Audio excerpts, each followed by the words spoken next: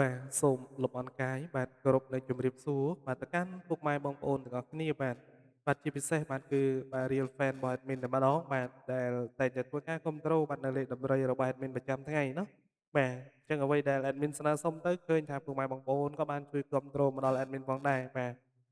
អញ្ចឹងថ្ងៃនេះ Admin ក៏បាននាំយកលេខតម្រុយពិសេសមកជូនពុកម៉ែបងប្អូនយើងបាទបន្តទៀតហើយបាទប៉ុន្តែមុននឹងឈានទៅដល់ការឲ្យតម្រុយបាទថ្ងៃថ្មីបាទយើងក៏ទៅផ្ទៀងផ្ទាត់នៅតម្រុយថ្ងៃចាស់ទាំងអស់គ្នាសិនណាពុកម៉ែបងប្អូនយើងបាទយើងចង់ដឹងថាលេខរបស់យើងមានចូលហេងឬក៏អត់ណាបាទតោះកុំឲ្យខាតពេលវេលាយូរយើងទៅមើលបាទតែម្ដង បាទសម្រាប់វេលាម៉ោង4:30នាទីបាទតម្រុយដែល admin ឲ្យកាលពីថ្ងៃទី18បាទ admin ឲ្យ24បាទ45 89និង96ណាបាទសម្រាប់3លេខ admin ឲ្យ272គុណបាទ981គុណបាទនិងធ្វើការអូសបាទខ្ទង់40និងខ្ទង់90បាទតោះឥឡូវយើងទៅមើលលទ្ធផលណាលទ្ធផលពង A បាទ2ខ្ទង់យើងចេញ82បាទ3ខ្ទង់យើងចេញ298បាទពង B 99 422បាទពង C 22បាទ9 94បាទសម្រាប់ពូដេបាទគឺ92បាទ942เนาะពូហូបាទ13បាទ734បាទសម្រាប់ពូអាយបាទ02បាទនិង549បាទសម្រាប់ពូអិនបាទគឺ06និង016បាទឃើញថាតម្រុយ admin ឲ្យបាទបើយើងត្រឡប់បាទពុក A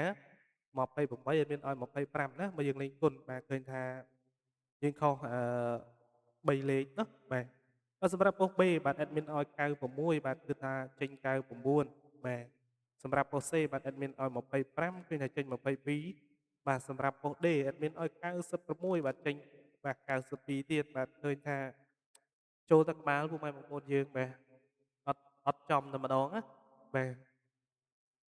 បាទតោះអញ្ចឹង3លេខយើងគាត់មានចូលទេណាពុកម៉ែបងប្អូនយើងបាទសម្រាប់អូសទួងគាត់មានឲ្យពុកម៉ែបងប្អូនធ្វើការអូសទួងកៅនិងខ្ទង់ខ្សែបាទឃើញថាយើងបានអូសទួងកៅណាបាទអញ្ចឹងយើងទៅមើលវេលាម៉ោង5ម្ដងណាថាម៉ោង5យើងចូលឬក៏អត់បាទសម្រាប់វេលាម៉ោង5គឺ admin បាទយកបាទឆ្នោតយួនមីងងុកបាទយកមក review បាទសម្រាប់បាទតម្រុយ admin ឲ្យបាទប៉ុស A 25 45 89 96ណាលទ្ធផលយើងចេញបាទ2ខ្ទង់គឺ15បាទ127បាទប៉ុស B 37បាទហើយនឹង2 28បាទសម្រាប់ប៉ុស C បាទ28បាទ372បាទសម្រាប់ប៉ុស D 38និង722បាទសម្រាប់ប៉ុសហូបាទគឺ98បាទ98ហើយនឹង971เนาะប៉ុស I 11បាទ057បាទសម្រាប់ប៉ុស N បាទគឺ3800ណាបាទឥឡូវឃើញថាតម្រុយបាទនៅវេលាម៉ោង5នេះបាទ admin ឲ្យ ABCD បាទ89តែទៅចេញហូរនោះបាទហូរ98បាទបើយើងលេងគុណគឺចូលតែម្ដងបាទអញ្ចឹងយើងឆាសឈិតជាមួយនឹង96បាទសម្រាប់ប៉ុសហូរណាបាទអញ្ចឹងសម្រាប់វេលាម៉ោងបាទ5នេះគឺយើងបាទប៉ុសសេក៏យើងឆាសទៀតហើយពុកម៉ែបងប្អូនយើងបាទ25ចេញ28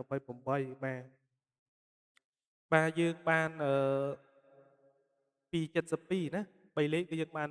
272បាទ272គុណបាទយើងធ្វើការគុណគឺចូលតែម្ដងបាទអញ្ចឹងវេលាម៉ោង5របស់ admin គឺយើងបាទឃើញថាយើងចូលបានប៉ុណ្ណឹងហើយយើងទៅមើលវេលាម៉ោង6ម្ដងណា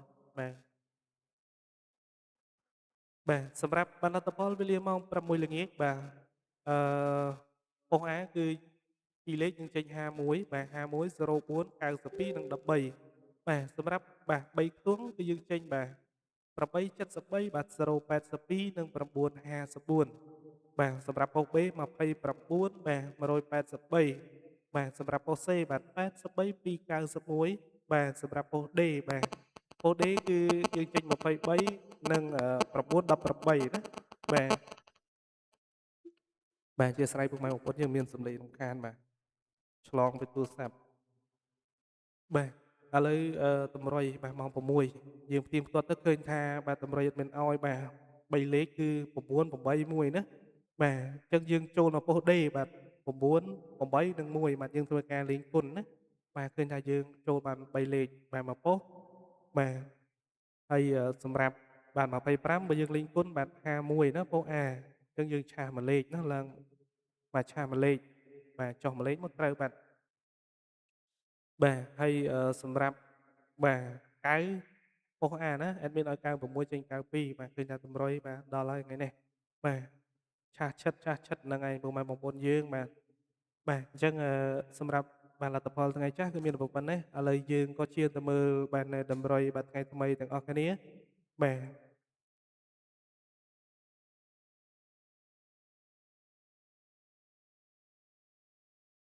បាទសូមរងចាំបន្តិចបាទពុកម៉ែបងប្អូនយើង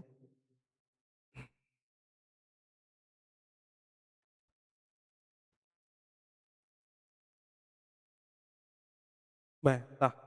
ឥឡូវយើងទៅមើលបាទនៅលេខតម្រុយថ្ងៃថ្មីបាទដែលជាថ្ងៃទី19ទាំងអស់គ្នាណាបាទអញ្ចឹង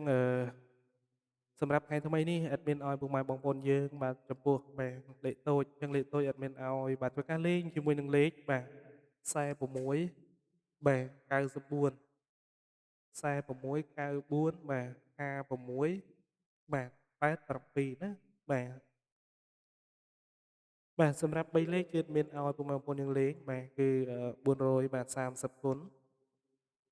បាទ430គុណបាទជាមួយនឹង500បាទ69គុណណាបាទ បាទសម្រាប់លេខអូសអញ្ចឹងលេខអូសគឺអត់មានឲ្យពុកម៉ែបងប្អូនយើងបាទធ្វើការអូសបាទជាមួយនឹងខ្ទង់បាទ40បាទយើងអូសមួយនឹងខ្ទង់បាទ40ហើយរាងខ្ពស់បន្តិចណាបាទហើយជាមួយនឹងខ្ទង់បាទ80 48ណាថ្ងៃនេះ admin ស្រឡាញ់ពីរលេខនេះបាទ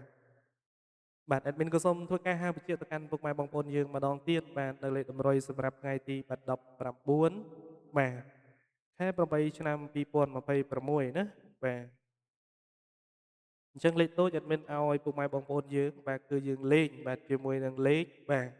46បាទ94បាទ56និង87បាទចំពោះ3លេខគឺមានឲ្យបាទ430គុណ